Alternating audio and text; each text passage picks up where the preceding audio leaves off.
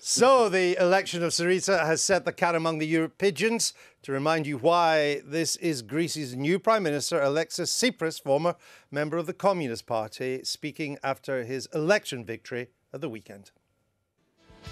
Πολίτες της Αθήνας. Citizens of Athens, today the Greek people wrote history.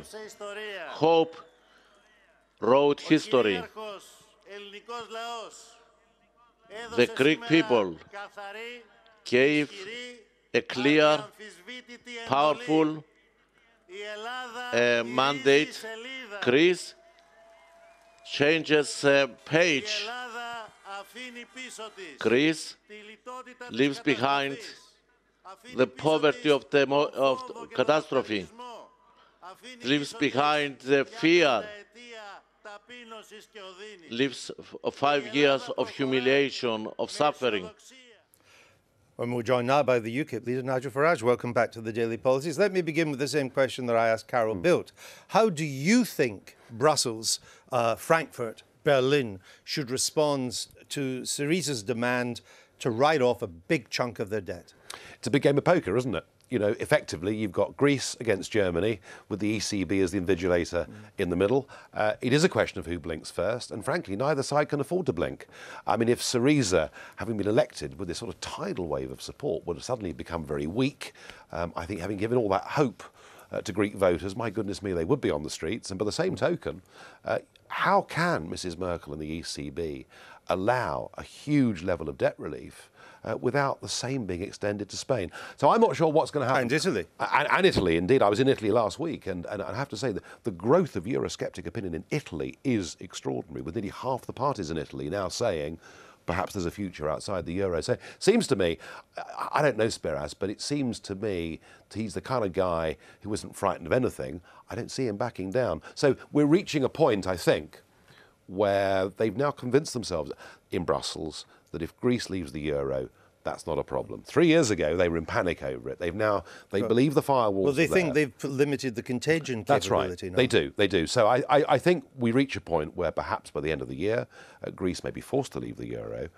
and they think that'll be the end of it. Oddly, I don't buy the theory that the markets will knock on to the next country. I think the real threat for the euro is if Greece leaves, and 18 months down the line, rather as Iceland did in 2008 onwards, Greece has had a devaluation, and suddenly the economy is looking really quite good in Greece. That then, I think, is what says to other Mediterranean countries, we should do the same. It is not the policy of Syriza, or indeed, according to the polls, the view of the Greek people, that they should leave the euro. No. Is it your view that they should leave the euro? Oh, very much so, yes. Although, you know, when Argentina broke the peg with the dollar, it's very interesting that the day before they broke the peg, 80% of Argentinians wanted to keep the peg.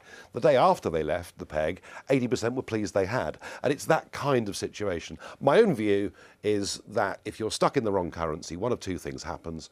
Either you devalue the currency by starting again, or you devalue the country. And we're watching Greece effectively before our eyes becoming a third world country. It is tragic. The rise of Euroscepticism in recent years has been dominated by parties like yours on the right. And sometimes... Well, I'm not so sure about that. Well, let me just use a shorthand, and you can quibble about that later. And sometimes on the hard right with the National Front. And the left.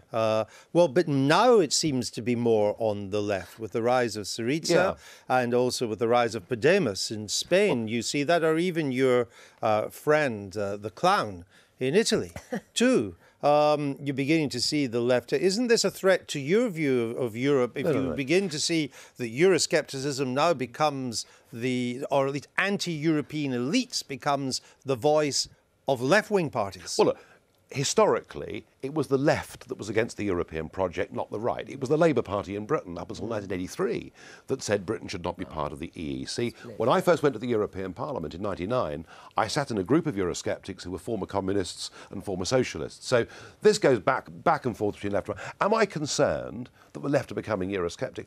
I don't care about left and right politics. That's irrelevant. What I care about is a Europe where we have sovereign democratic states, where we can trade together and be friends and not be governed by a centralised bureaucracy in Brussels. John, what are your thoughts on this? Well, I think it's extremely interesting. I mean, it's a very exciting time. It is all to play for. It is a poker game. What has happened in Greece has been an explosive impact on what has been going on. And the fact is that the European project has got sclerotic, it's got constipated, and it had to have some major jolt. It was bound to, it came from Greece. It might have come from Spain. Indeed, Spain might might the timing of the elections. Even this election was an emergency election. It wasn't meant to happen. Now, I am very hopeful that the energy released by this new input will galvanise those who believe in the European project, I'm not talking about the euro itself, the European project, of which I'm one, will come together to reformulate how it can go forward.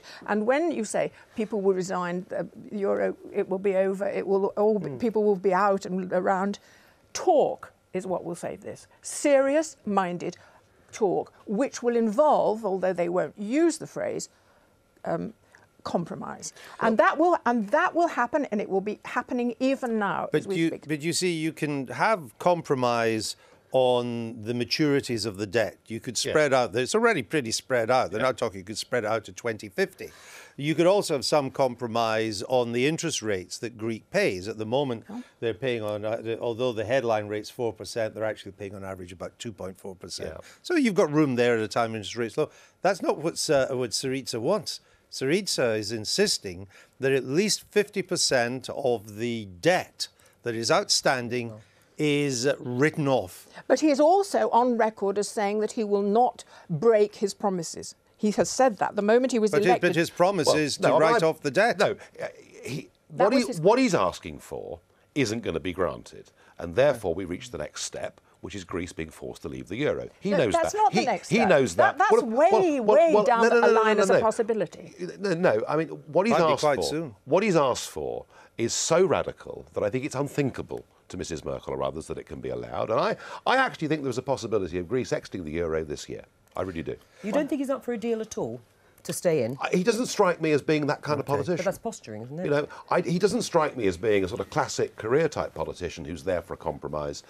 He wants something big to happen. Well, and if he weakens, he'll be overthrown very quickly. But she's not. She is going to also be thoughtful. Everyone now has to rethink, and that includes Angela Merkel, and I'm sure she acknowledges that. And I don't think anyone is going to concede quickly. I think we're in for a much slower evolution. Well, there are debt repayments coming up between now and debt redemption. But there are ways of dealing with it. It's really on the Greeks. Under the ECB rules, if you've lent money to someone, they don't pay it back.